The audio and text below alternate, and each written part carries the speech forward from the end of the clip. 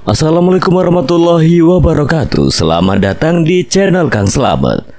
Kali ini Kang Slamet akan menceritakan sebuah kisah yang berjudul Si Dayang Lembah Jenges. Cerita ini ditulis oleh Restu Wiratmaja. Dan sebelum kita masuk ke ceritanya, buat kalian yang belum subscribe channel ini, tekan tombol subscribe-nya terlebih dahulu dan tekan tombol notifikasinya agar kalian tidak ketinggalan cerita seram lainnya dari Kang Slamet. Gak usah berlama-lama lagi, langsung saja kita masuk ke ceritanya. Si Dayang Lembah Jenges. Si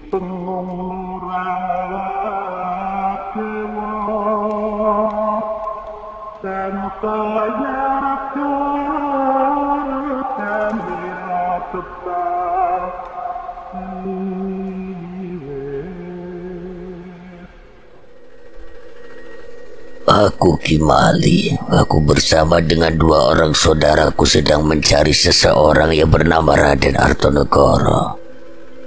Sepertinya dia sangat terkenal di desa ini. Apakah kau tahu di mana letak rumah dari Raden Artonegoro itu? Warga pendatang baru itu hanya terdiam. Keringat dinginnya mulai turun perlahan dari ujung rambut hingga membasahi bagian wajah dan berujung pada bagian dagu. Sesekali dirinya menelan ludah sendiri karena tidak bisa menahan rasa takut yang terbalutkan akan kengerian terhadap orang-orang aneh yang ada di hadapannya. Tangannya mencengkeram kuat bagian daun pintu. Kimali memperhatikan pergerakan warga tersebut. Ia kemudian tersenyum ke arah seorang warga yang tidak menyebutkan namanya. Lambat laun senyuman dari Kimali justru membuat tubuhnya kembali bergetar. Jika satu langkah kakimu memasuki rumah, maka pocong ini bisa saja merasuki tubuhmu dan kau akan menjadi peliharaanku selanjutnya. Warga tersebut melepaskan tangannya yang menempel ke daun pintu. Ia kini berhadapan dengan maut jika tidak menjawab dengan jujur terkait keberadaan dari rumah Raden Artonegoro. Katakan di mana rumahnya, Tuan. Ia kemudian menundukkan kepalanya dan bersujud tepat di kaki Kimali sembari memohon-mohon untuk tidak dilibatkannya dalam keinginan pribadi Kimali. Maaf Tuhan, saya pendatang baru di desa ini, saya tidak tahu apa-apa. Tapi saudara-saudara yang ada di sini mungkin akan mengenal siapa orang yang dimaksud oleh Tuhan. Kimali menengok ke arah belakang. Ia mendapati dua orang yang menjadi tamu dari desa tersebut hanya mengangguk paham seperti menyetujui langkah yang akan diambil oleh Kimali. Kalau begitu apakah nyawamu berharga? Jangan Tuhan, jangan ambil nyawaku, ampuni saya Tuhan. Saya tidak tahu apa-apa. Bagaimana caraku untuk mengampunimu? Kimali kemudian mendekati pria tersebut. Ia kemudian menyentuh bagian kepala pria yang tampak dipenuhi dengan ketakutan. Apakah nyawamu cukup berharga untuk bisa menjadi pisau tak bernyawa? Pria itu mendongakkan kepalanya. Ia kemudian tenggelam dalam pikiran Kimali yang menginginkannya sebagai orang yang mampu memata-matai Raden Artonegoro dan juga keluarga lainnya. Aku siap menjadi pisaumu Tuhan. Jawabannya bagus, anjingku. Pagi harinya aku dan Mas Rahardian berangkat menuju sekolah. Kami berdua segera mempercepat langkah dan berpisah di persimpangan jalan. Saat aku melanjutkan perjalanan menuju sekolah, aku melihat Alia yang berangkat bersama dengan orang asing menggunakan sepeda motor milik ayahnya. Aku pikir orang asing yang membonceng Alia tersebut adalah saudara yang dimaksud oleh Alia yang berasal dari timur. Sesampainya di sekolah, Alia masih menunggu di depan gerbang. Dia bersama dengan saudaranya yang berasal dari timur seperti sedang menunggu seseorang. Nah, kebetulan sekali itu anaknya. Alia menunjukkan jari telunjuknya ke arahku. Aku hanya terdiam dengan berbagai kebingungan yang melandaku di pagi hari yang cerah ini. Dengan terpaksa aku pun mendekatkan diri ke Alia. Namun hal yang aneh justru terjadi sesaat sebelum aku melangkah lebih dekat ke arahnya. Aku seperti berada di ruang dan waktu lain. Aku hanya terdiam terpaku hingga membuat tubuhku benar-benar kaku untuk digerakkan. Dua orang yang berada di hadapanku menghilang dengan seketika. Lalu kedua kakiku tampak seperti menyentuh air. Bersamaan dengan itu, hidungku mencium bau busuk dan anyir seperti bebauan darah yang pekat. Aku perhatikan kedua kakiku yang sudah merasakan basah itu dan ternyata, astagfirullah, aku sedang berada di sebuah tempat yang hampir semua tempatnya terendam air berwarna merah darah. Bau busuk dan anyir yang kucium ternyata berasal dari ratusan bangkai manusia yang terendam oleh air tersebut. Aku tidak tahu sedang berada di mana. Aku pikir ini berada di alam lain. Mungkinkah aku sedang melihat masa depan yang akan terjadi atau masa lalu yang nantinya terjadi? Tiba-tiba dari arah belakang pundakku disentuh oleh sebuah tangan yang belum aku kenal sebelumnya. Aku langsung membalikkan badanku dan melihat dengan jelas seorang pria dengan tubuh yang tinggi lengkap dengan jas berwarna hitam serta topi layaknya mafia sedang berdiri sembari memegangi tongkatnya. Siapa kau? Selamat datang di Lembah Jenges, nak. Kamu sedang melihat tragedi di mana sebuah desa yang ada di timur ditenggelamkan oleh keserakan manusia itu sendiri. Tanah menjadi lumpur, air menjadi darah. Udara menjadi racun dan pepohonan serta kehidupan lainnya terkubur dalam kebisuan hati-hati manusia yang menghitam. Aku belum mengerti siapa orang tersebut dan mengapa dirinya mengatakan banyak tragedi di sebuah tempat yang bernama Lembah Jenges. Pria tersebut tidak lain dan tidak bukan adalah sang wakil. Dia menamakan diri sebagai sang wakil di hadapanku. Aku adalah sang wakil. Sang wakil? Aku belum melihat dengan jelas wajah dari orang yang menyebutnya sebagai sang wakil tersebut. Akan tetapi tidak berselang lama aku mendengar tangisan dan teriakan orang-orang. Air yang membasahi kakiku dengan cepat menghilang. Kini seluruh tanah yang menghampar sepanjang aku memandang berisi orang-orang yang telah terkapar tidak berdaya. Mereka yang masih selamat terus menutupi hidungnya dengan tangan, bagaikan bahaya yang mendatanginya lewat udara. Beberapa dari mereka yang membuka kedua tangannya dan membiarkan hidungnya menghirup udara kematian tersebut langsung ambruk dengan seketika. Aku tidak mengerti sedang berada di manakah aku ini. Mengapa pandanganku benar-benar sangat aneh? Mengapa banyak orang yang mati dengan seketika? Apa yang terjadi dengan desa dan juga negeri ini? Siapa yang berbuat demikian? Tidak lama berselang, pundakku ditepuk dari depan oleh tangan yang begitu familiar, alias segera menyadarkanku. Syah, kamu kenapa? Kok kamu ngeliatin om aku kayak gitu? Aku baru sadar ternyata aku berada dalam sebuah ilusi yang mengarahkan kepada dua sisi. Entah kepada masa lalu ataupun masa depan, akan tetapi yang baru saja aku rasakan benar-benar terasa nyata sekali. Syah, kamu sakit? Enggak, Lia, aku nggak apa-apa kok. Alia tampak bingung melihat tingkah anehku. Namun terlebih dari itu, orang yang disebut sebagai saudara Alia tampak tersenyum ke arahku. Jadi kamu yang namanya Aisyah? Benar om. Namaku adalah Batara. Aku adalah saudara dari Alia. Kebetulan Alia mau beritahuku terkait keluargamu. Katanya kau putri bungsu dari Raden Artonegoro ya? Aneh, bagaimana dia tahu? Apa mungkin Alia sudah menceritakan tentangku kepada Om Batara? Jika apa yang dikatakan oleh Kiai Sukri bilang, orang yang berasal dari timur sudah berada di desa, namun siapa orang tersebut? Apakah orang yang dimaksud oleh Kiai Sukri adalah Om Batara?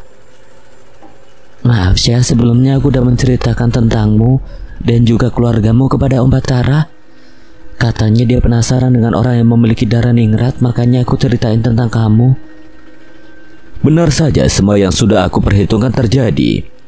Alia tanpa sadar telah memberikan celah kepada orang-orang yang berasal dari timur untuk membocorkan tentang rahasiaku yang seutuhnya hanya beberapa orang saja yang tahu. Perihal aku yang berasal dari keluarga ningrat, aku belum menceritakan pada siapapun kecuali dengan Alia atas apa yang baru saja terjadi. Aku semakin takut untuk kembali menceritakan tentang keluargaku. Sementara itu di sekolah Mas Rahardian telah datang beberapa orang dengan menggunakan pakaian adat khusus. Mas Rahardian yang saat itu sedang bersama dengan seorang teman dekatnya yang bernama Dito. Mereka berdua tampak memperhatikan gerak-gerik dari beberapa orang yang memasuki sekolahnya. Yan, sejak kapan sekolah kita kedatangan orang-orang yang pakai pakaian adat gitu? Emangnya sekolah kita akan ada acara khusus ya? Kok pakai segala ngundang orang-orang aneh gitu? Aku kurang tahu. Kan katanya kepala sekolah kita memang dekat dengan orang-orang seperti itu toh. Mungkin itu adalah teman-teman dari kepala sekolah. Mas Rahardian tampak merasakan ada yang tidak beres. Dari tadi tangannya bergetar seperti menahan rasa takut. Tatapan matanya juga mengarah tajam kepada salah seorang dari mereka. Bel tanda masuk sudah berbunyi. Dito dan juga Mas Rahardian memasuki kelas. Murid-murid yang berada di luaran juga siap untuk memasuki kelas dan menerima pelajaran dari guru. Di saat guru memasuki kelas, tiba-tiba tatapan matanya mengarah pada Mas Rahardian yang kala itu sedang menyiapkan buku pelajaran. Rahardian, kamu dipanggil Bapak Kepala Sekolah. Katanya ada yang ingin menemui kamu di sana. Siapa memangnya, Bu? Ibu tidak paham, katanya masih saudaramu sendiri. Coba kamu ke sana saja. Mas Rahardian tampak gelisah sewaktu guru itu memintanya untuk menuju ke ruang kepala sekolah. Padahal setahunya saudara-saudara dari kedua orang tuanya sudah meninggal dunia akibat tragedi yang terjadi 15 tahun silam. Jikalau masih ada itu adalah Mas Krishna dan juga Raden Suropto. Mereka berdua jarang menemui kedua orang tuanya dan sekarang masih berada di sebuah tempat yang disebut dengan nama Siti Pangaliran. Lantas siapa saudaranya yang akan menemui Mas Rahardian? Apakah jangan-jangan orang tersebut adalah orang yang dikatakan oleh Kiai Sukri? Mas Rahardian pun melangkahkan kakinya untuk keluar kelas. Sebelum itu ia menatap Dito, teman dekatnya. Seakan-akan memberi pesan pada Dito bahwa yang dimaksud oleh gurunya bukanlah hal yang sebenarnya. Dito hanya terdiam dalam keadaan hati yang penuh kebingungan. Ia masih belum menangkap pesan yang baru saja disampaikan oleh Mas Rahardian lewat tatapan matanya itu. Sebelum keluar kelas, Mas Rahardian mendekati guru tersebut. Ia kemudian mengatakan kegelisahannya kepada guru tersebut. Maaf Bu, sebelumnya saya dan keluarga tidak memiliki saudara. Saudara saya semuanya sudah meninggal. Guru itu hanya tersenyum. Ia seperti mengerti dan mampu memberikan jawaban atas pertanyaan yang menjadi pertanyaan bagi Mas Rahardian. Siapa tahu mereka adalah saudara jauh. Saudara jauh? Coba kamu langsung ke ruang kepala sekolah saja. Soalnya ada 2 orang di sana. 2 orang? Kamu mungkin mengenal orang tersebut? Mas Rahardian tersenyum. Mungkin kedua orang tersebut adalah Mas Krishna dan juga Raden Suropto. Kebetulan Mas Rahardian sangat rindu dengan keduanya. Mas Rahardian pun segera melangkahkan kakinya untuk keluar kelas. Kebahagiaannya benar-benar tergambarkan dalam raut wajahnya. Ia tidak sabar untuk menemui kedua pamannya tersebut. Ada banyak pertanyaan yang ia tanyakan terkait kemampuannya yang baru-baru ini ia dapatkan, seperti mampu melihat kematian seseorang. Ia juga ingin menanyakan bagaimana caranya untuk bisa mengendalikan kemampuan tersebut. Langkahnya benar-benar dipercepat. Ia seakan tidak sabar untuk melihat kedua wajah pamannya. Kini dirinya sudah berada di dekat ruangan kepala sekolah. Berapa langkah lagi dia akan memeluk kedua pamannya tersebut dengan erat. Saat dimana Mas Rahardian mengetuk pintu, dari dalam terdengar suara dari bapak kepala sekolah untuk memintanya masuk. Masuk. Namun saat pintu tersebut terbuka, Mas Rahardian justru merasakan hawa yang aneh. Hawa kematiannya begitu jelas dan nyata hingga membuat bulu kuduknya merinding seketika. Tangannya mendadak menjadi lemas saat yang ia dapati adalah 2 orang asing yang sedang duduk dengan kaki kanan yang berada di atas kaki kiri, seperti layaknya gambaran seorang mafia. Kedua orang yang katanya saudara jauh dari Mas Rahardian benar-benar memiliki perawakan yang sangat menyeramkan. Pintu kembali tertutup dengan sendirinya. Kini Mas Rahardian sudah berada di dalam ruangan. Dia melihat 2 orang dengan menggunakan jas hitam dan topi ala mafia sedang terduduk sembari membakar rokok cerutu yang asapnya mengepul ke seluruh ruangan. Sedangkan Pak Kepala Sekolah wajahnya terlihat pucat pasi, keringat dinginnya terlihat di bagian wajah dan menetes terakhir di ujung dagunya yang sedikit lancip. Jadi kau yang namanya Raden Rahardian Artonegoro? Benar begitu Cak Ganteng? Kalian siapa? Menunduklah dengan sopan Raden muda. Tidak sepatutnya kamu berkata seperti itu. Entah mengapa tubuh Mas Rahardian langsung ambruk seketika. Wajahnya langsung tertunduk ke lantai seolah-olah sedang memberikan penghormatan sujud kepada kedua orang misterius yang memiliki aura kematian yang sangat besar. Salah satu dari mereka mendekati Mas Rahardian sembari mengangkat dagu Mas Rahardian hingga dirinya mampu melihat kedua mata Mas Rahardian yang indah. Kau pemilik pangaweruh Cak Ganteng. Matamu bisa melihat nasib baik dan buruk manusia. Setelah pulang sekolah, aku menunggu Mas Rahardian di persimpangan jalan seperti biasa. Akan tetapi, sedari tadi Mas Rahardian tidak tampak batang hidungnya. Mungkin Mas Rahardian sedang bersama dengan temannya yaitu Dito. Tetapi mustahil bagi Mas Rahardian untuk berlama-lama, apalagi keadaan kedua matanya yang mampu melihat orang lain dalam keadaan yang tidak baik. Aku sungguh sangat khawatir dengan keadaan Mas Rahardian saat itu. Setelah 10 menit aku menunggu, dari kejauhan aku melihat seorang pemuda yang langkah dan gerak-geriknya benar-benar tampak familiar. Dia adalah Mas Rahardian. Mas, sini. Mas Rahardian yang mengetahui hal itu langsung mempercepat langkahnya. Tepat di saat Mas Rahardian sudah tiba, ia langsung menarik tanganku dan memintanya untuk cepat pulang ke rumah. Mas, ada apa? Kita harus keluar dari desa ini. Aku pun melepaskan pegangan Mas Rahardian. Kami sempat berdebat terkait apa yang baru saja dikatakan oleh Mas Rahardian barusan. Apa maksudmu, Mas? Kita kan belum lulus. Itu tidak perlu. Yang kita perlukan saat ini adalah keselamatan dari kedua orang tua kita. Maksudnya, mereka sudah ada di sini. Mereka siapa? Mas Rahardian terdiam sejenak. Ia kemudian memperhatikan kanan kiri sekitarnya, berharap apa yang ia sampaikan tidak terdengar oleh orang-orang yang ada di sekitarnya. Sang wakil. Benar, tadi ada 2 orang yang mengaku sebagai saudara dari Bapak datang ke sekolahku. Aku kira mereka berdua adalah Mas Krishna dan juga Raden Surapto. Tapi kenyataannya bukan. Kedua orang tersebut berasal dari timur. Mereka mengatakan jika aku adalah orang yang dicarinya. Orang yang dicari? Benar, selain itu mereka juga mengingat dengan jelas akan dosa-dosa yang telah dilakukan oleh Bapak dan juga Ibu. Kita harus keluar dari sini.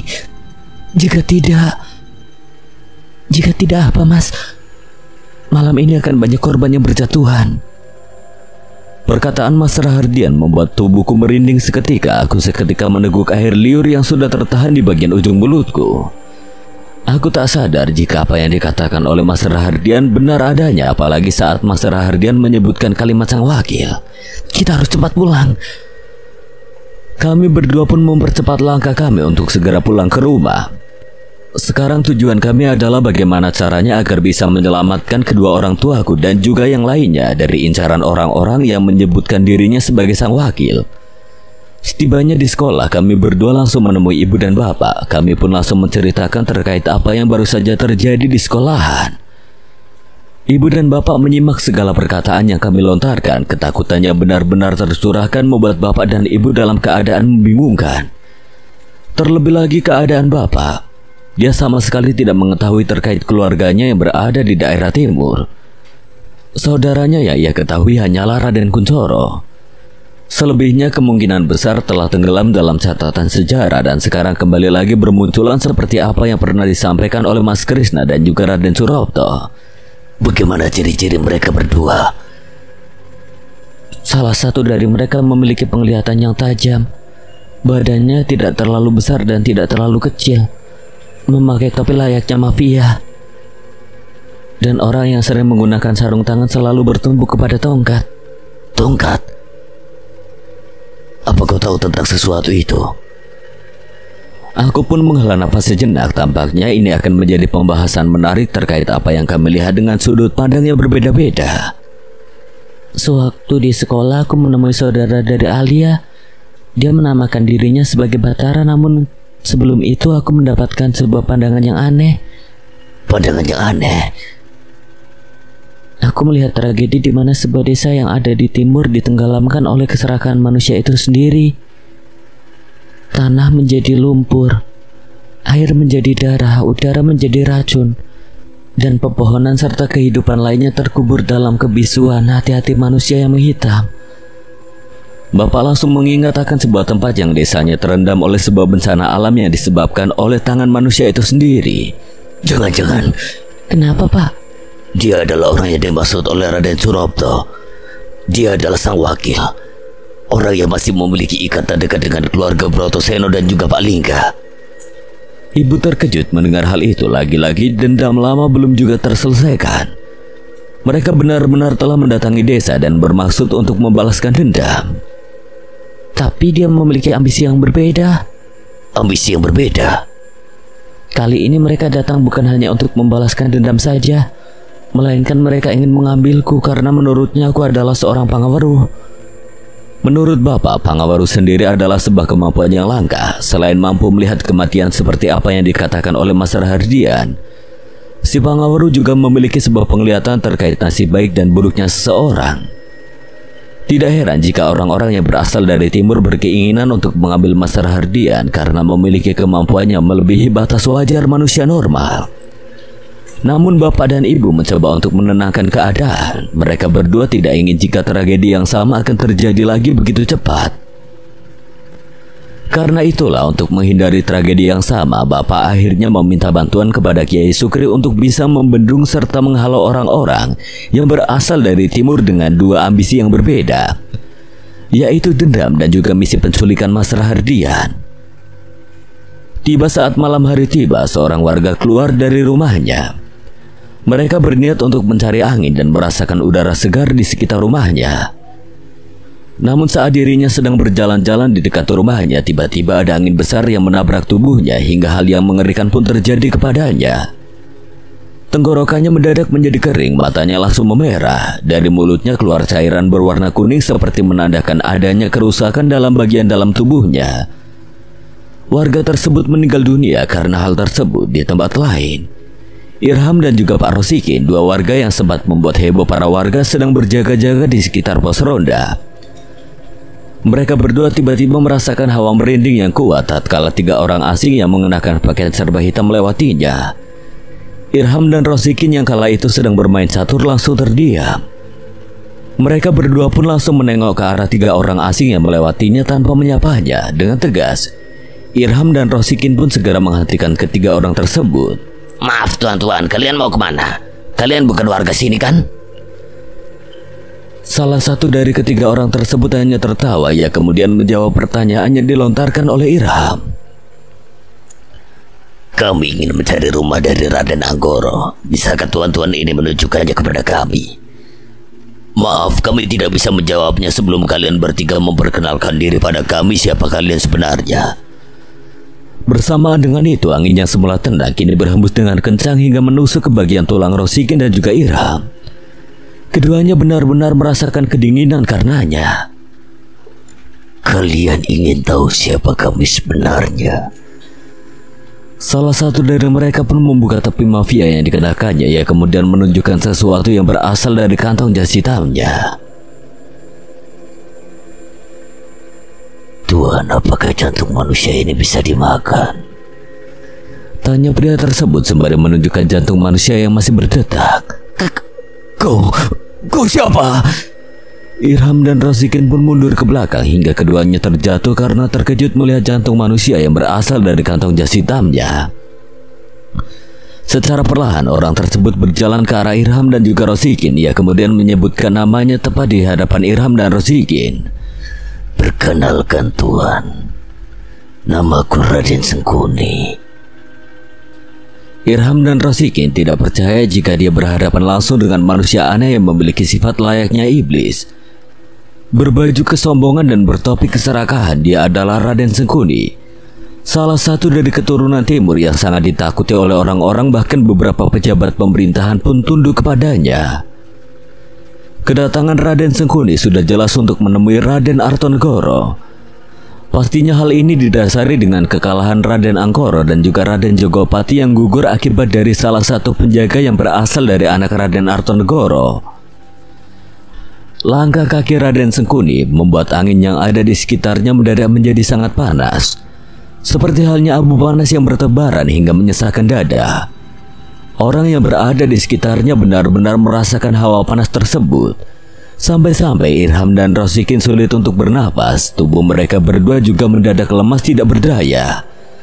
Entah ajian apa yang dimiliki oleh Raden Sengkuni sampai-sampai membuat orang-orang yang ada di sekitarnya menjadi tidak bisa bergerak sama sekali. Jadi di manakah rumah Raden Artonegoro?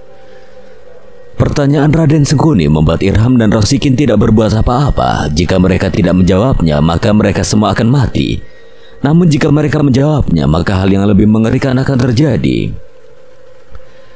Dari dalam rumah, Kiai Sukri membuka lembaran-lembaran buku yang biasa ia baca. Tidak disangka, dirinya telah membaca banyak bacaan yang menjelaskan terkait dengan macam-macam penyakit yang terjadi di masa lalu.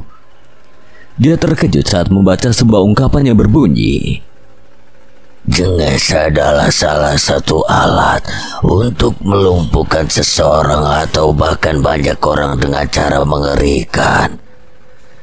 Istilah lain dari santet ini merupakan salah satu hal yang sudah biasa digunakan oleh orang-orang yang berasal dari timur untuk berjaga-jaga. Setelah membaca tulisan tersebut, Kiai Sukri langsung terdiam. Ia sedang membayangkan dengan keadaan yang sedang terjadi di desa saat ini. Sudah ada beberapa korban yang memang terlibat dari kasus yang belum pernah sama sekali terjadi puluhan tahun yang lalu. Saat dimana Kiai Sukri sedang membaca buku di tempat di mana dirinya biasa mengajarkan ngaji kepada anak-anak desa, tiba-tiba lampu rumah mendadak mati semua. Begitu juga dengan rumah-rumah yang ada di sekitarnya.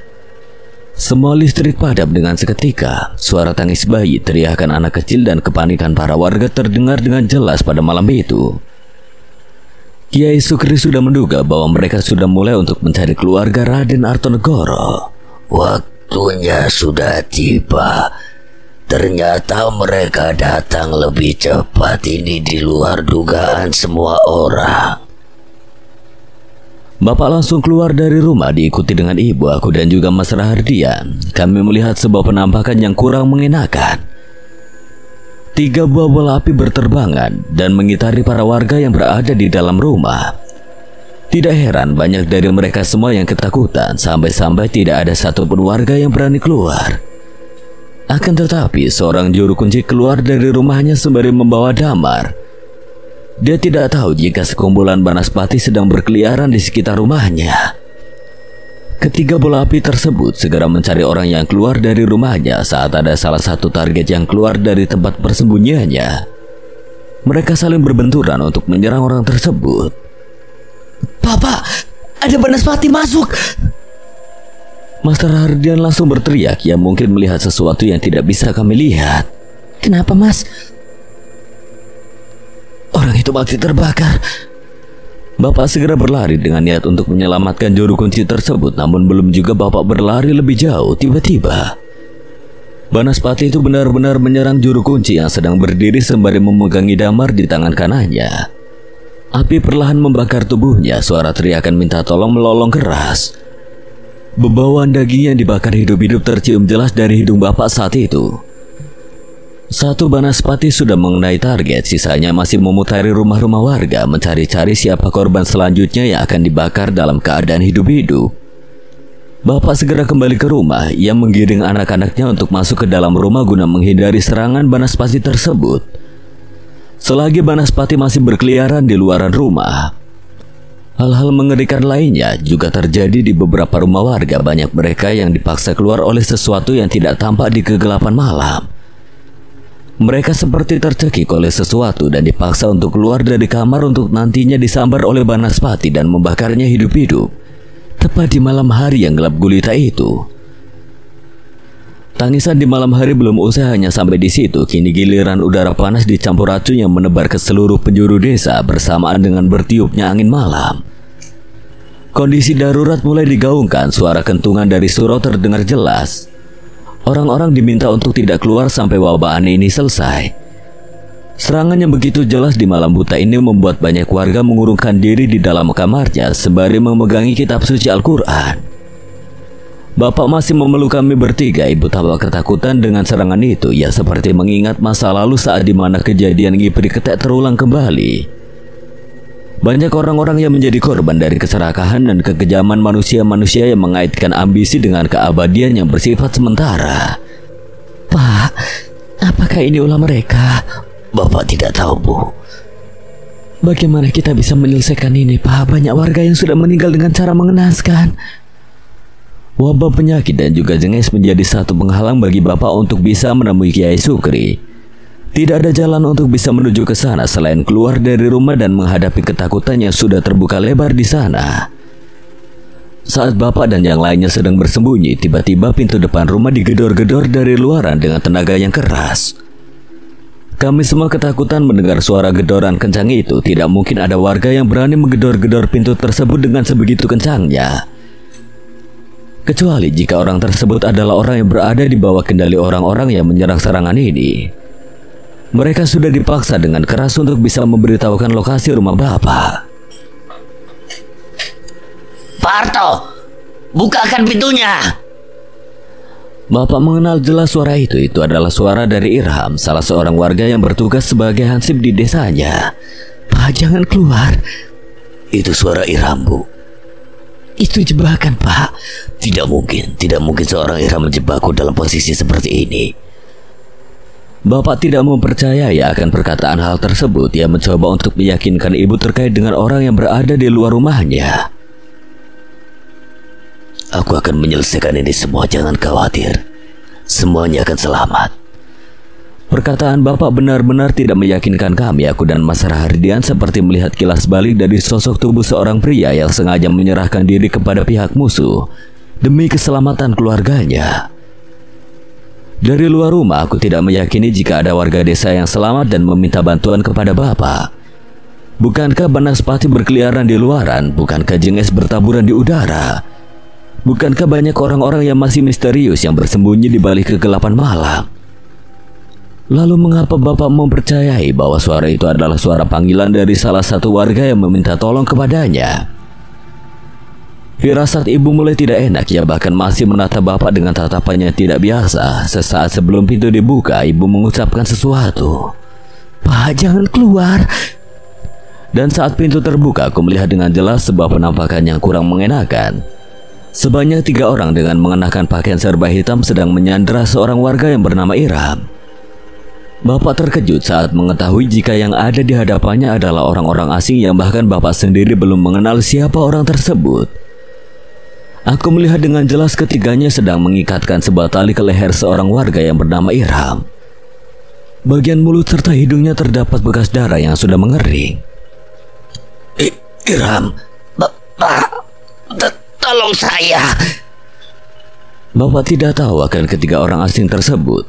Mereka hanya berdiri tegak. Salah satu dari mereka memegang sebuah tali yang mengikat leher Irham, sedangkan keduanya masing-masing tangan kanannya bersembunyi di balik kantong jas. Siapa kalian? Selamat malam, Raden Artonegoro. Aku perlu berbicara padamu. Jika memang ingin dirimu dan juga keluarga lainnya selamat, pastikan tubuhmu berserah diri kepada kami.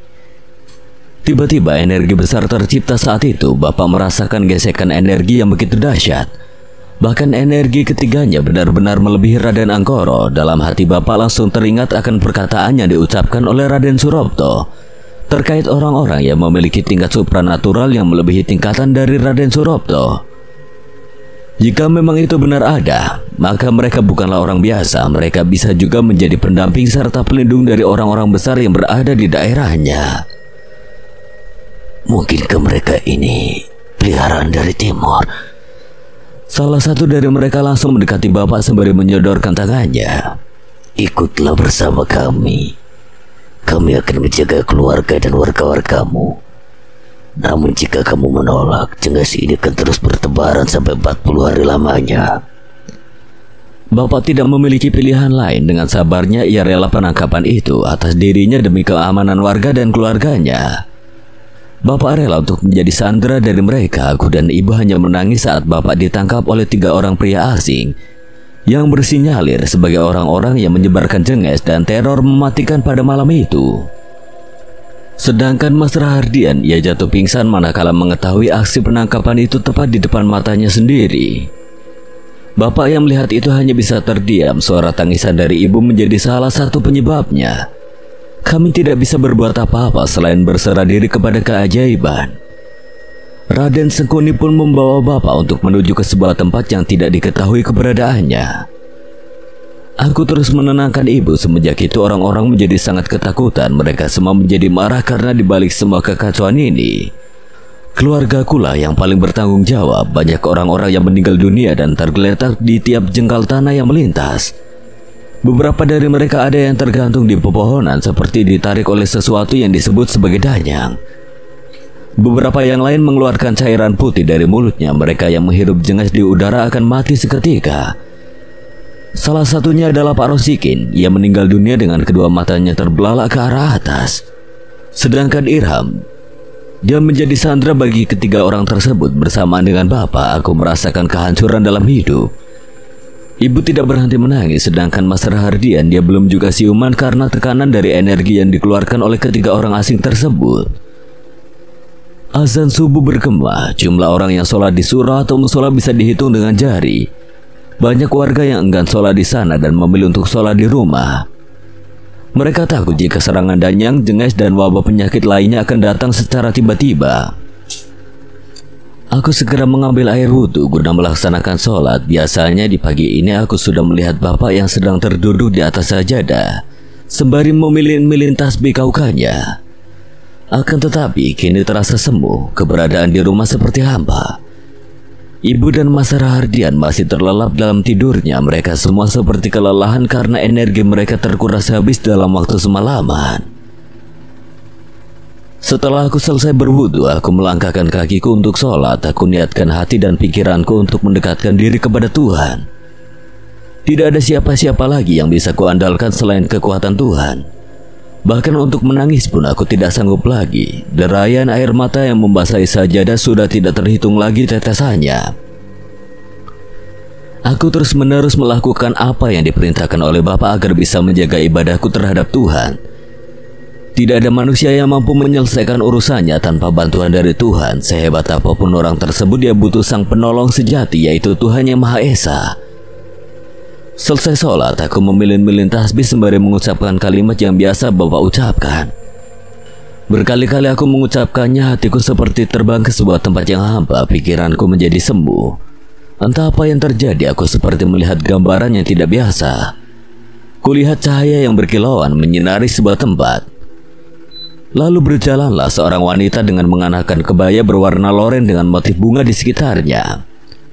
Wanita itu memelukku dengan erat selagi mengatakan sesuatu yang membuat mata hatiku terketuk karenanya. Ingat nak, tiada kekuatan dan daya upaya selain Tuhan Yang Maha Esa. Aku akan membantumu untuk menyelamatkan bapakmu dari cengkeraman orang-orang timur. Ucapan itu terdengar jelas di telingaku. Aku langsung terbangun. Keadaan menjadi sunyi. Aku segera melepaskan mukena dan membereskan sajadah, dan benar saja pintuku diketuk oleh seseorang. Awalnya aku tidak ingin membukakan pintu rumah karena ketakutannya aku sendiri ciptakan setelah melihat ketiga orang asing menyandera Bapak. Namun begitu orang tersebut menyebutkan namanya, aku langsung berlari ke arah pintu rumah depan. Hartonegoro. Kiai Sukri? Iya, Nduk. Aku sudah tahu ceritanya. Aku segera memeluk tubuh Kiai Sukri. Kali ini aku tidak bisa berbuat apa-apa selain memeluk tubuh seorang kiai yang wangi kasturinya menebar ke seluruh tubuh. Bapakmu akan selamat, aku akan membantunya. Sekarang kita harus menunggu saudara-saudaramu untuk tiba ke sini. Saudaraku siapa, Ki? Mereka yang berada di Siti Pangaliran sudah mengetahui terkait cara untuk menghentikan jenges.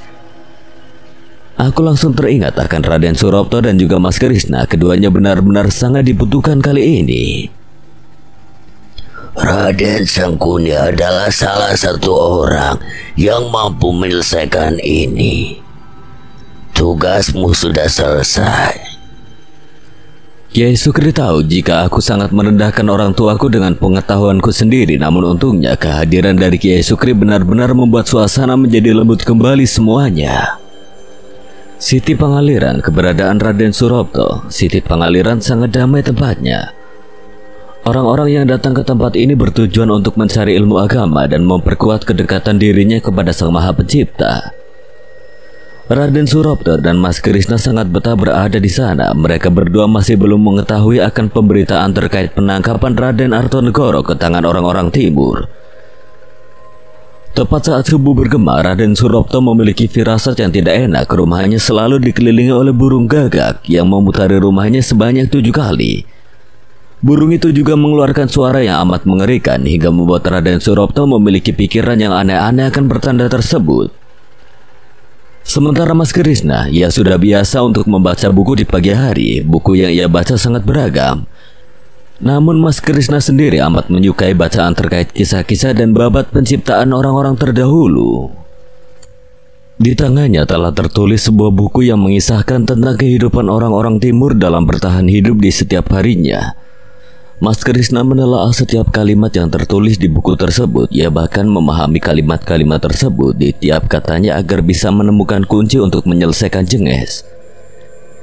Di sela-sela Mas Krishna sedang menelaah dan mencari kunci untuk menghentikan Cenges, tiba-tiba Raden Suropto mendekatinya sembari mengatakan sesuatu. Krishna, Kang Mas, ada apa? Kau sedang membaca apa?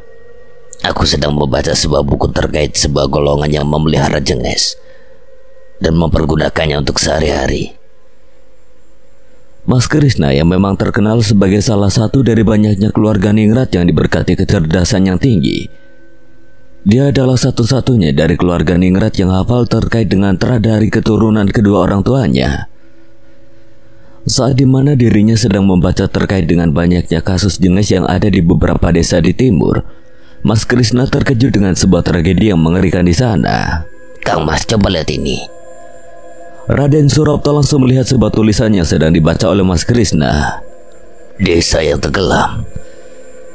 Mas Krishna dan Raden Suropto baru mengetahui terkait sebuah desa yang tenggelam karena keserakahan dari salah satu anggota pemerintahan.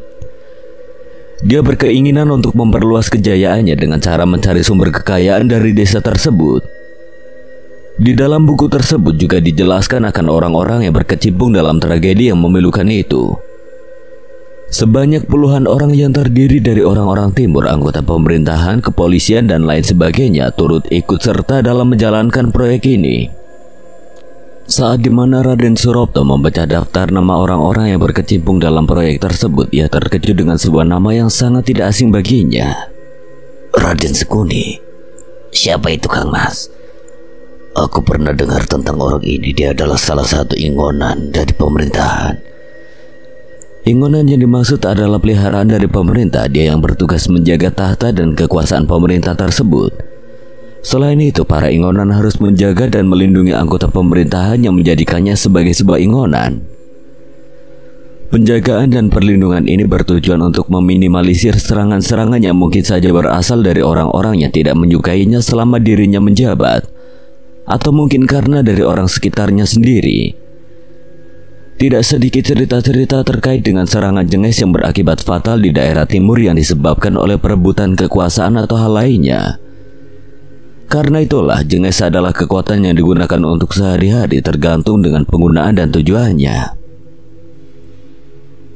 Penjarahan dan pemberontakan hingga pembunuhan banyak warga oleh sebab wabah yang menyerang udara dalam satu hari. Mas Krishna masih membaca kasus-kasus yang terjadi di desa sekitaran daerah timur. Dia menemukan banyak fakta terkait dengan Cenges. Berbeda dengan Raden Suropto, dirinya malah terfokuskan dengan Raden Sengkuni. Dia adalah salah satu orang yang berasal dari timur yang pernah menjadi topik pembicaraan di keluarganya. Krishna, coba cari identitas dari Raden Sengkuni. Aku ingin tahu tentangnya. Mas Krishna pun menuruti permintaan dari Raden Suropto. Ia kemudian mencari sumber identitas dari Raden Sengkuni. Entah apa yang membuat Raden Suropto begitu penasarannya terhadap Raden Sengkuni. Namun jika memang ada ketertarikan antara Raden Sengkuni dengan keluarga Brotoseno, itu berarti akan ada keterkaitan antara Raden Angkoro dengan Raden Sengkuni. Mas Krishna berusaha untuk mencari sumber identitas dari Raden Sengkuni. Dia pun membaca semua identitas satu persatu dari tiap-tiap nama yang telah dibongkar dalam buku tersebut. Bahkan yang lebih mengerikan, dosa-dosa mereka benar-benar tercetak dalam sebuah tulisan agar dunia tidak melupakan kesalahan-kesalahan fatalnya hingga menyebabkan salah satu desa tenggelam. Raden Sengkuni, dia merupakan salah satu dari banyaknya penasehat di timur yang ditakuti oleh orang-orang. Penyebab orang-orang takut kepada Raden Sengkuni adalah karena keberadaannya yang membuat udara menjadi sangat panas. Berbeda dengan keluarga Ningrat dan Brotoseno yang menyandang terah keserakahan, mereka berasal dari timur dikenal sebagai terah penuh amarah. Diketahui terah dari timur ini adalah salah satu terah yang sangat ditakuti, bukan hanya karena Cenges dan serangan wabah yang bisa membawa kematian bagi orang-orang sekitar. Terah dari timur itu juga dikenal dengan terah yang penuh amarah. Mereka yang termasuk dalam terah ini sangat ditakuti oleh para terah lainnya, termasuk dari terah Ningrat dan terah Brotoseno. Saking ditakutinya terah ini, pejabat pemerintah yang memang bersinggungan dengan terah ini akan mendapatkan serangan yang sangat mengerikan. Tidak sedikit dari mereka memilih untuk bekerja sama dan menjadikan mereka sebagai orang terdekat seperti tangan kanan atau asisten pribadi mereka. Karena itulah Raden Kuncoro sangat mewaspadai keberadaan mereka. Jika mereka sampai menginjak ke tempat Raden Artonegoro, itu artinya akan ada sesuatu yang harus dibalas oleh karena dendam kesumat yang dilakukan oleh orang-orang mereka terhadap kematian dari Raden Angkoro. Raden Sengkuni adalah salah seorang yang baru diketahui keberadaannya. Dia termasuk orang yang berada dalam satu kekhususan yang dilakukan oleh salah satu pejabat pemerintah untuk membentuk sebuah kekuasaan yang berdiri tegak tanpa kalah.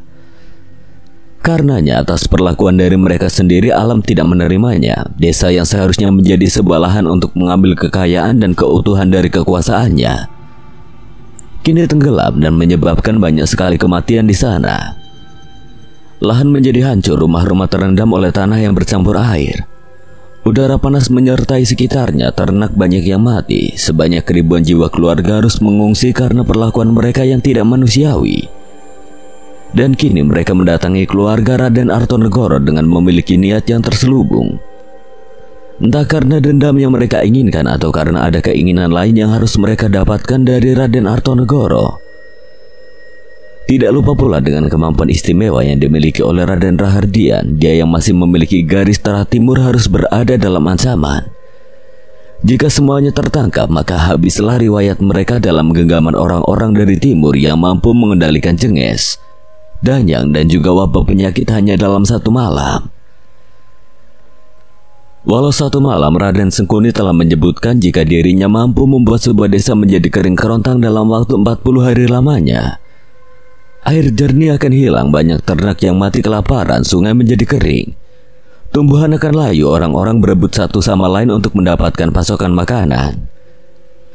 Jenges di mana-mana, wabah penyakit menyiksa jiwa dan juga raga. Banyak bayi yang gugur dalam kandungan ibunya, anak-anak kehilangan gizi sehatnya. Para orang tua kehilangan arah. Agama hanyalah sebuah pegangan yang tatkala dipegang seperti bola api, namun ketika dilepas sama saja menghilangkan harga diri. Kebiadaban manusia di atas iblis telah terbukti. Orang-orang banyak melakukan penjarahan, tindakan kriminal di mana-mana. Krisis ekonomi menjadi satu penyakit kambuh yang sering terjadi. Pemerintah tutup telinga dan melemparkan banyak asumsi. Kita harus hentikan orang-orang dari timur itu. Jika tidak, maka nasib kita akan menjadi budak di bawah kekangannya. Di pabrik bawang, mereka membawa Raden Artonegoro ke sebuah tempat yang menjadi markas bagi orang-orang Tara Timur saat ini. Tepat saat dimana mobil mulai menurunkan kecepatannya, Raden Sengkuni membisiki sesuatu kepada Raden Artonegoro yang kedua matanya sudah ditutupi dengan mengenakan kain berwarna hitam. Kamu tidak rindu dia, Arto? Raden Artonegoro hanya terdiam. Kedua tangannya benar-benar menahan rasa sakit akibat ikatan tali yang mengikat kedua tangannya dengan kencang. Dinginnya malam tidak membuatnya menghindari. Mereka justru nampak bersemangat saat menawan orang-orang yang penting bagi mereka. Di hadapan orang-orangnya, Raden Sengkuni menyuruh bawahannya untuk membukakan gerbang sebuah bangunan besar. Rasanya tidak asing bagi Raden Artonegoro saat mendapati sebuah bangunan yang menjulang tinggi dengan bau yang sangat menyengat itu. Dia seperti berada dalam masa dejavu yang sangat cepat. Raden Sengkuni sengaja menutup kedua mata Raden Artonegoro dengan menggunakan sebuah kain hitam. Dia ingin mempertemukan Raden Artonegoro dengan seseorang yang menjadi sebuah dendam di masa lalunya. Entah apa yang menjadi ketakutan dari Raden Artonegoro sampai-sampai dirinya merasa gentar saat melewati satu persatu tangga yang mulai dilangkahinya. Tenang Tuan Arto, kita akan mengadakan ritual kecil-kecilan hari ini.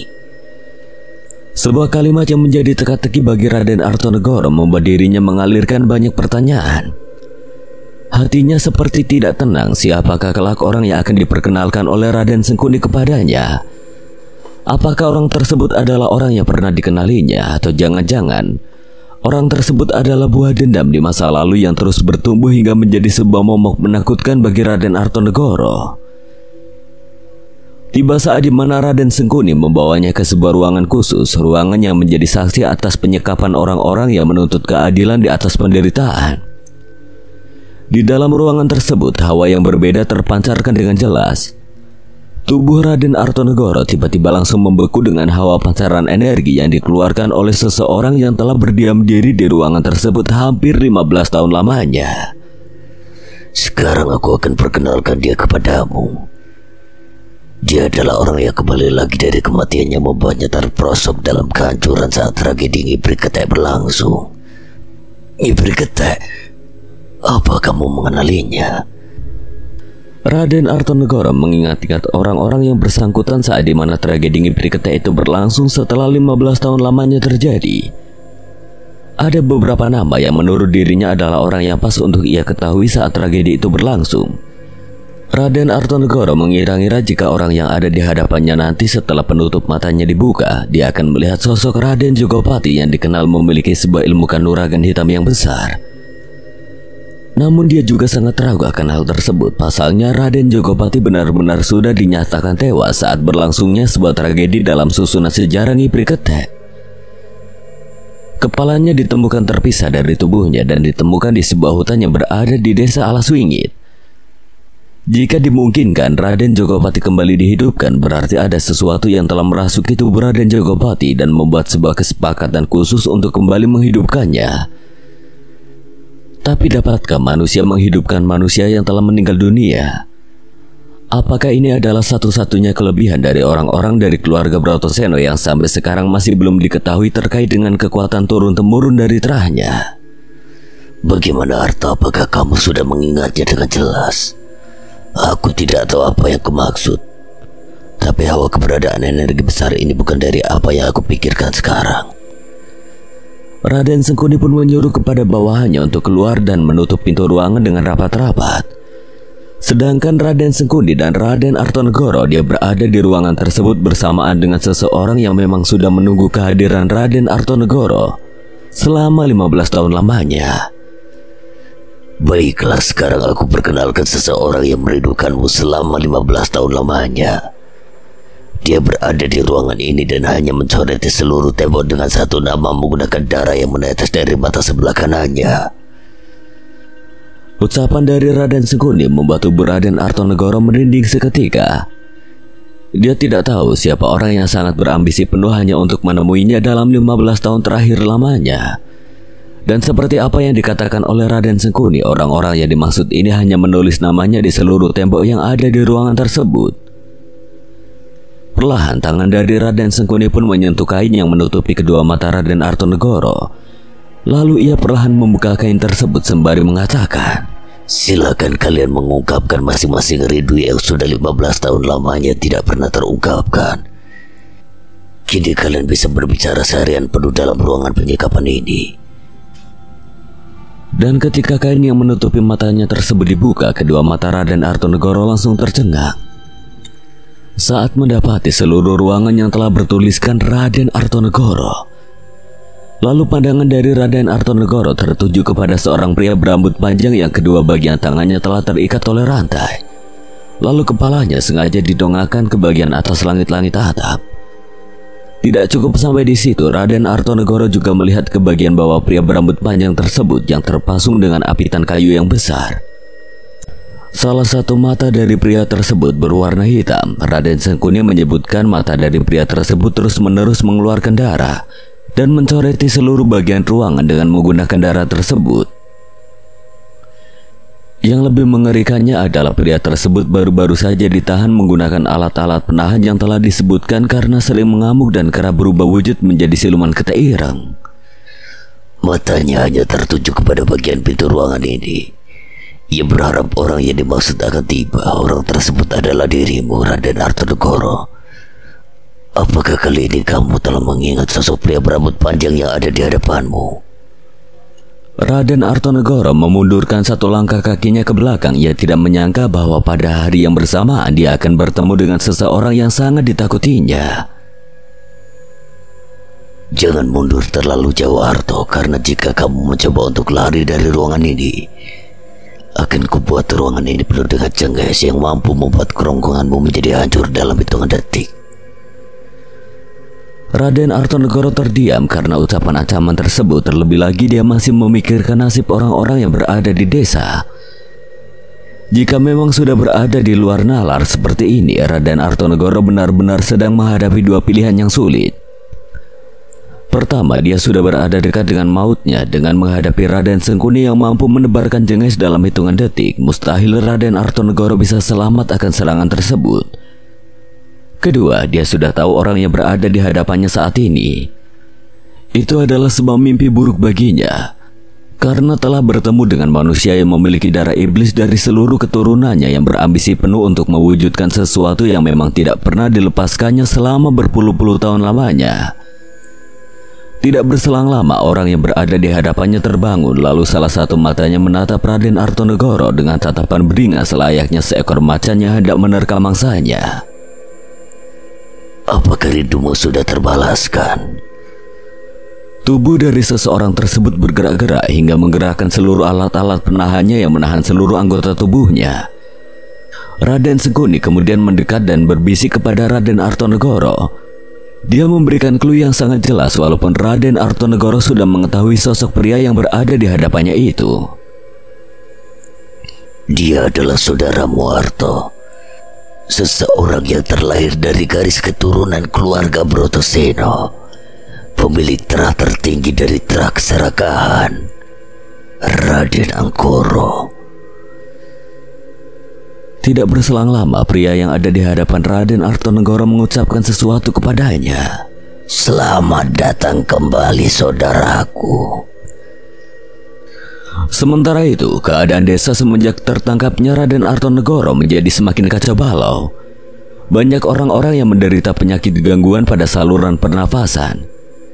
Kiai Sukri segera mengambil tindakan untuk meminta kepada para warga agar tidak keluar dari rumahnya masing-masing kecuali jika memang keadaan jenghes di sekitar desa sudah menurun.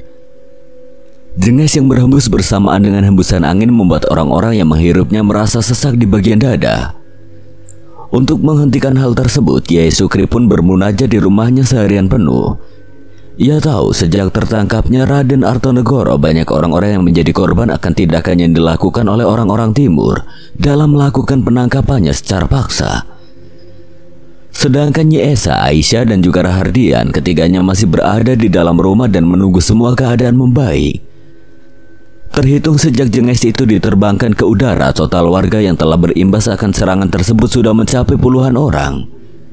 Jalanan menjadi sepi, tidak ada satupun warga yang berani keluar. Mereka lebih memilih untuk menahan diri dibanding untuk merelakan nyawanya sendiri dan terkena serangan jenghes. Selama Kiai Sukri bermunajat, dia mendapati banyak bisikan aneh yang mengarah kepada salah satu tempat yang berada di dekatnya. Kiai Sukri merasa jika bisikan itu mengarah kepada salah seorang yang sedang mengendalikan jenghes. Datanglah ke sebuah makam yang memiliki bentuk rumah. Di sana pengendali jenghes sedang bertapa. Dengan cepat, Kiai Sukri pun segera mengambil sorbannya, lalu ia basahi sorban tersebut dengan menggunakan air doa. Tidak lupa, Kiai Sukri juga menutup hampir semua bagian kepalanya menggunakan sorban yang telah dibasahi air doa yang telah ia buat untuknya sendiri. Jika jenghes ini tidak diselesaikan, maka keselamatan Raden Artonegoro menjadi ancaman yang sangat besar. Malam di mana penangkapan berlangsung dan serangan jenghes yang telah memporak-porandakan satu desa. Tidak disangka serangan ini telah menghancurkan susunan pertahanan yang telah ditetapkan oleh Kiai Sukri. Dinding gaib yang telah ia buat selama belasan tahun dihancurkan dengan begitu saja. Kiai Sukri yakin jika orang yang menghancurkan dinding gaibnya adalah orang yang memang mengetahui sedikit terkait dengan desa. Saat dimana Kiai Sukri menuju ke sebuah makam yang terdapat sebuah rumah, dia mendapati satu sosok pocong yang sudah berdiri sembari menjaga seorang pria yang berada di belakangnya. Sosok pocong tersebut diyakini sebagai penjaga dari seorang pria yang sedang berada tepat di belakangnya. Mengetahui hal tersebut, Kiai Sukri segera menggelar sorbannya di tanah yang berdekatan dengan sebuah makam. Beliau kemudian mendekapkan kedua tangannya sembari memejamkan kedua matanya. Tidak berselang lama, kobaran api muncul tepat di hadapan seorang pria yang sedang bertapa itu. Ternyata Kiai Sukri sedang menyerang sosok pocong yang di hadapannya hingga musnah. Bukan hanya itu saja, kobaran api juga merembet ke tubuh pria yang sedang bertapa tersebut. Dia adalah Kimali, orang yang dulunya pernah berkhianat kepada desa dan melakukan serangan besar-besaran untuk merobohkan desa hanya demi ambisi yang diinginkannya. Kimali juga diketahui sebagai orang yang telah memberitahu rahasia tersembunyi kepada orang-orang timur agar bisa memasuki desa dan mampu menangkap Raden Artonegoro dengan mudah. Dengan hilangnya sosok penjaga dari seorang petapa tersebut, Kiai Sukri bisa leluasa untuk menghentikan orang yang telah mengendalikan Jenges hingga membuat kerusakannya yang sangat besar bagi desa. Korban yang telah berjatuhan adalah dosa besar bagi pengendali Jenges tersebut. Dengan keyakinan diri yang kuat, Kiai Sukri pun bangkit dari tempatnya dan menggenggam kuat sorbannya sembari membacakan bacaan zikir di mulutnya. Dia tahu orang yang dihadapannya adalah orang yang pernah berbuat kerusakan dalam sepekan terakhir dan bekerja sama dengan orang-orang timur dengan tujuan menangkap Raden Artonegoro. Hentikan perbuatan burukmu, Mali. Namun saat dimana Kiai Sukri sedang melewati kuburan yang ada di sekelilingnya, tiba-tiba kakinya dicekal oleh sesuatu yang keluar dari kuburan. Kiai Sukri melihat dengan jelas sebuah tangan yang sudah tampak gosong memaksa untuk Kiai Sukri menghentikan langkahnya menuju Kimali. Akan tetapi, Kiai Sukri tidak menyerah sampai di situ saja. Ia terus berusaha melangkah dan memukuli tangan tersebut menggunakan sorbannya. Semakin kencang pukulan tersebut, terdengar suara teriakan seperti orang kesakitan dari dalam bawah tanah. Berkali-kali, Kiai Sukri memukuli tangan tersebut namun tidak ada efek jera dari sosok pengganggu yang sengaja dikendalikan oleh Kimali. Tatapan Kiai Sukri kini tertuju kepada seorang pria yang ada di hadapannya. Kimali kini dia bangkit dari kobaran api yang telah membakarnya. Ia kemudian melakukan kuda-kuda tertentu dengan cara meregangkan kedua tangannya ke bagian kanan dan kiri. Sontak saja tanah yang ada di sekitaran Kiai Sukri menjadi longsor dalam sekejap. Kiai Sukri terjatuh ke sebuah lubang. Bersamaan dengan itu tanah perlahan menguburnya dan membuat Kiai Sukri terjebak di dalam lubang yang memang sudah dipersiapkan khusus oleh Kimali untuk bisa menghentikan langkah dari Kiai Sukri. Namun itu bukanlah akhir dari Kiai Sukri. Dia bukanlah orang biasa yang hanya bisa terjebak oleh orang-orang yang memiliki kanuragan hitam seperti Kimali. Dengan kuatnya, Kiai Sukri kembali menggapai daratan walau tubuh dan wajahnya telah penuh dengan tanah kuburan. Kiai Sukri mulai marah. Ia segera mendekati Kimali sembari menghentakkan sorbannya ke tanah sebanyak 7 kali secara berturut-turut. Nyali dari Kimali masih cukup besar. Ia tidak mau menyerah begitu saja. Tanah kuburan bukan lagi ide yang baik untuk menghentikan langkah dari Kiai Sukri yang memang sudah memiliki kekuatan di luar nalar manusia. Ia dengan sombongnya memberikan ancaman kepada Kiai Sukri. Mendekatlah Sukri, kau akan tahu betapa buruknya seorang sepertimu yang berani melawan utusan dari timur. Akan aku perkenalkan buhul tali mayit kepadamu. Mendengar kalimat tersebut, Kiai Sukri hanya terdiam. Ia kemudian tidak menggubris perkataan orang gila yang sekarang berada di hadapannya. Berbeda dengan Kimali, ia mengeluarkan 5 buah tali pocong dari sakunya. Lalu ia mengangkat kelima tali pocong tersebut ke atas hingga menyebabkan dampak yang besar bagi Kiai Sukri sendiri. Langkah Kiai Sukri terhenti dengan sekejap. Bagian kaki, tangan, dan tubuhnya benar-benar dicekal oleh sosok-sosok pocong yang entah dari mana asalnya. Kau tahu aku sengaja mengorbankan nyawaku hanya untuk membunuhmu. Kiai Sukri terpaku diam saat kelima sosok pocong itu mendekapnya di beberapa bagian tubuhnya. Rasanya tubuh Kiai Sukri perlahan membatu dengan sendirinya. Ia tidak mampu bergerak sedikit pun. Mata Kiai Sukri juga mendadak menjadi merah dengan sekejap saat pocong-pocong tersebut mendekap seluruh bagian tubuhnya dengan kuat. Matilah Sukri. Saat kalimat itu diucapkan, tiba-tiba dari belakang tubuh Kimali keluar seorang wanita menggunakan pakaian adat Jawa. Anehnya sosok itu keluar entah dari mana dan tidak diketahui keberadaannya. Ia kemudian membuat tubuh Kimali tidak berdaya dan hanya terpaku di sana. Bahkan yang lebih mengejutkan, Kimali tidak bisa bergerak sama sekali. Ia sama sekali tidak bisa menengokkan kepalanya dan hanya bisa menatap secara perlahan seorang wanita yang sedang berjalan ke arahnya, sembari menyodorkan kedua tangannya hingga menyentuh tepat di bagian kepalanya. Jadi inikah penjaga yang dibicarakan orang-orang timur itu? Wanita tersebut kemudian mengucapkan sebuah kalimat peringatan sekaligus perpisahan bagi Kimali yang kini sudah merasakan hawa merinding yang begitu besar. Ojo ganggu traku. Tidak berselang lama, kepala dari Kimali langsung terpisah dalam sekejap. Bersamaan dengan itu, sosok-sosok pocong yang mendekap tubuh Kiai Sukri langsung menghilang dengan seketika. Wanita itu pergi dengan begitu saja, sembari menggondol kepala Kimali dan membiarkan tubuhnya terbakar di dekat sebuah rumah yang ada di sekitar makam tersebut. Kiai Sukri langsung jatuh ambruk saat dimana tubuhnya benar-benar kehilangan energinya. Kestabilan tubuhnya rentan dengan begitu saja, tatapannya kini menjadi buyar. Ia pingsan tepat di dekat makam yang ternyata itu adalah makam dari korban pertama sebelum Jenges menyerang. Bersamaan dengan tumbangnya Kimali, Jenges menghilang dengan sendirinya. Kabut yang tadinya menutupi desa kini telah cerah kembali seperti sedia kala. Angin yang hanya meniupkan Jenges kini berubah menjadi angin yang memberikan kesejukan. Dalam sekejap, Kiai Sukri telah berhasil menyelamatkan banyak orang untuk bisa menghentikan Jenges tersebut.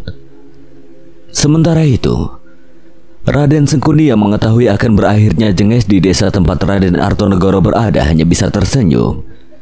Ia ternyata memiliki pesaing yang kuat sampai-sampai kekuatan utamanya bisa dihentikan dengan begitu saja. Arto, apakah di tempatmu ada seseorang yang sakti mandraguna? Orang sakti? Baru saja aku merasakan jika utusanku gugur di sana. Dengan begitu Jenges yang telah menyelimuti desamu telah menghilang dengan sendirinya. Haruskah aku kembali lagi ke sana dan memberikan penderitaan yang jauh lebih kuat? Hentikan! Bukankah kesepakatannya tidak seperti ini? Raden Sengkuni kemudian menatap wajah Raden Artonegoro dengan tatapan yang tajam. Dari belakang tubuh Raden Artonegoro keluar sesuatu makhluk yang menggambarkan tentang siapa Raden Sengkuni sebenarnya. Makhluk itu membawa bentuk seperti kelelawar dengan tubuh yang sangat besar. Siapa yang berani menghentikan ambisiku, Arto? Tubuh Raden Artonegoro langsung terjatuh. Ia tidak sanggup menghadapi dua orang pembesar yang memiliki energi yang sangat mengerikan. Bahkan sekelas almarhum Kang Waris belum tentu bisa menghadapi dua orang yang sangat mengerikan ini. Apalagi Kiai Sukri. Sepertinya itu tidak terlalu penting. Baiklah, akan aku ceritakan bagaimana Raden Angkoro bisa kembali hidup setelah 15 tahun lamanya dinyatakan tewas setelah tragedi Ngeprikete. Raden Artonegoro hanya bersimpu pasrah sembari mendengarkan cerita terkait dengan asal mula kebangkitan dari Raden Angkoro yang dinilai sangat mustahil. Bagi Raden Sengkuni, ilmu semacam itu bukanlah ilmu yang biasa. Ini adalah ilmu yang memang diturunkan turun-temurun sejak para pendahulunya sering menginvasi orang-orang yang tidak mau tunduk kepada perintahnya. Kau mengenal Rawa Rontek? Ilmu ini dahulunya memiliki sebuah kekhususan bagi orang-orang yang menyandang gelar tertentu. Tidak semua orang bisa mempelajari keilmuan ini. Dan aku adalah satu-satunya dari Trah Timur yang berhasil melewati semua ketakutan orang-orang yang memang tidak mempercayainya. Raden Sengkuni mulai memutari tubuh Raden Artonegoro. Ia tidak segan-segan mendongakkan kepalanya ke bagian atap langit-langit rumah, hanya untuk membeberkan kesombongan ilmu kanuragan hitam yang dimilikinya. Pantas saja banyak pejabat yang tunduk kepadanya, bagaimana tidak? Dia mampu menggunakan ilmu Rawa Rontek untuk keperluan pribadinya dan orang-orang yang dikhususkannya. Saat pemakaman Raden Angkoro diberlangsungkan, aku segera meminta pada orang-orang yang memang saat itu menguburkan jasadnya untuk tidak menyatukan bagian tubuhnya ke tanah. Aku akali dengan menggunakan papan yang mengecualikan seluruh bagian tubuhnya untuk tidak menyentuh tanah. Lalu setelah semuanya dijalankan dengan sempurna, aku segera memberikan satu kesempatan lagi pada Raden Angkoro dengan pertukaran dari setengah hidupku untuknya. Ternyata biang dari kebangkitan Raden Angkoro adalah Raden Sengkuni itu sendiri. Dia sengaja memberikan kesempatan pada Raden Angkoro untuk membangkitkan kembali apa yang diinginkannya hanya untuk bisa mendapatkan sesuatu yang sangat dicarinya. Namun kini aku kehilangan sesuatu. Aku kehilangan pengaruh dan sebagian kekuatanku. Karena itulah aku sengaja mengajakmu kemari hanya untuk membuat perjanjian pada aku dan juga Raden Angkoro terkait keberlangsungan hidupku. Perjanjian? Iya benar, perjanjian. Kau tahu, aku menginginkan sesuatu yang tidak dimiliki olehmu, namun dimiliki oleh anak-anakmu. Aku menginginkan setengah jiwa lagi dari tubuh anak lelakimu, Raden Rahardian. Raden Rahardian adalah kunci dari semuanya. Dia adalah orang yang diincar oleh Raden Sengkuni. Kemampuan yang diturunkan selama 100 tahun sekali ini adalah sebuah ambisi yang diinginkan oleh Raden Sengkuni. Dia menginginkan kemampuan Pangawaru yang hanya dimiliki oleh Raden Rahardian. Jadi bagaimana? Apakah dirimu mau untuk menukarnya dengan setengah jiwa anakmu untuk keselamatanmu saat ini? Penawaran yang diberikan oleh Raden Sengkuni sangatlah berat. Dia meminta setengah jiwa lagi untuk bisa menyempurnakan kekuatannya kembali setelah menghidupkan Raden Angkoro dengan kemampuan khusus terahnya. Akan tetapi di sisi lain dia merasa kasihan dengan anaknya yang masih sangat muda untuk mendapatkan sebuah ujian khusus yang akan membuat tubuhnya semakin tertekan kepada sesuatu hal yang tidak bisa dibayangkannya. Di luar dari itu semua, Raden Artonegoro tidak bisa berbuat apapun. Dia hanya bisa menahan dirinya sendiri untuk tidak menjawab pertanyaan dan penawaran yang diinginkan oleh Raden Sengkuni demi kembalinya membangkitkan kemampuan Pangawaruhnya. Bagaimana Tuhan? Apakah dirimu telah menyiapkan jawabannya? Raden Artonegoro tidak bisa menjawabnya. Dia hanya masih terdiam. Hal ini membuat Raden Sengkuni segera mengeluarkan wujud aslinya tepat di hadapan Raden Artonegoro. Perlahan tubuhnya yang berbentuk manusia membesar. Dari punggungnya keluar sayap yang membentang hingga menutupi sebagian atap ruangan tersebut. Raden Artonegoro dibuat takut akan sosok yang muncul dengan cepat dari tubuh asli Raden Sengkuni. Tanpa disadari, Raden Artonegoro tidak bisa berbuat apa-apa. Kini ia menundukkan wajahnya seperti memberikan tanda persetujuan akan dilakukannya sebuah pertukaran jiwa antara anaknya dengan memberikan kesempatan hidup kembali kepadanya. Raden Sengkuni kembali merubah wujudnya menjadi manusia. Dia kemudian tertawa kegirangan sebagai pernyataan dirinya kembali memenangkan segala keinginan yang dibuatnya. Tidak heran jika Raden Sengkuni tergolong orang-orang yang mampu menundukkan para pejabat. Dengan penawaran yang berbalut akan ancaman, Raden Sengkuni benar-benar memiliki strategi yang sangat cerdik untuk bisa memanipulasi lawannya. Malam itu kesepakatan sudah ditentukan. Kini Raden Artonegoro dikembalikan lagi ke desa dengan tujuan untuk mengambil Raden Rahardian untuk disegerakannya ritual pertukaran jiwa. Pagi yang cerah namun tidak secerah dengan para wajah orang-orang yang berada di sekitar desa. Nyai Esa telah lama menunggu kedatangan suaminya bersamaan dengan Raden Rahardian dan juga Aisyah. Tidak lama saat mereka sudah berkumpul, mereka kedatangan saudara-saudaranya dari Siti Pangaliran.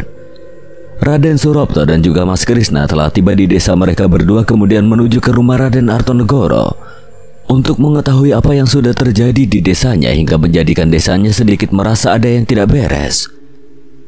Tapi saat dimana dirinya sedang berkumpul, terlihat beberapa orang mengenakan jas hitam dengan satu tawanan yang berada di tengah-tengah perkumpulan tersebut. Mereka berjalan menuju desa dan tujuan utamanya adalah rumah dari Raden Artonegoro. Saat mereka tiba di sana, keluarga dari Raden Artonegoro sedang berkumpul lengkap dengan Raden Surapto dan juga Mas Krishna. Akan tetapi dari pihak keluarga Raden Artonegoro tidak mempercayai akan sesuatu yang tidak pernah mereka sangka-sangka sebelumnya. Mereka semua terkejut saat mendapati Raden Artonegoro yang sudah tertangkap dan menjadi tawanan bagi orang-orang timur. Bapak Arto.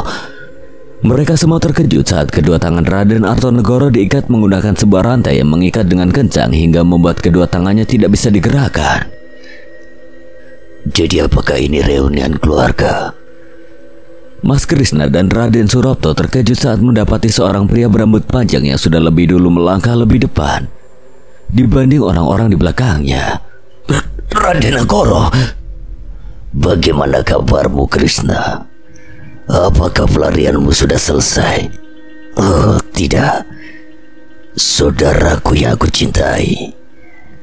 Apakah keluarga Brautosena mengajarkanmu untuk saling bekerja sama terhadap terah rendah seperti Ningrat ini?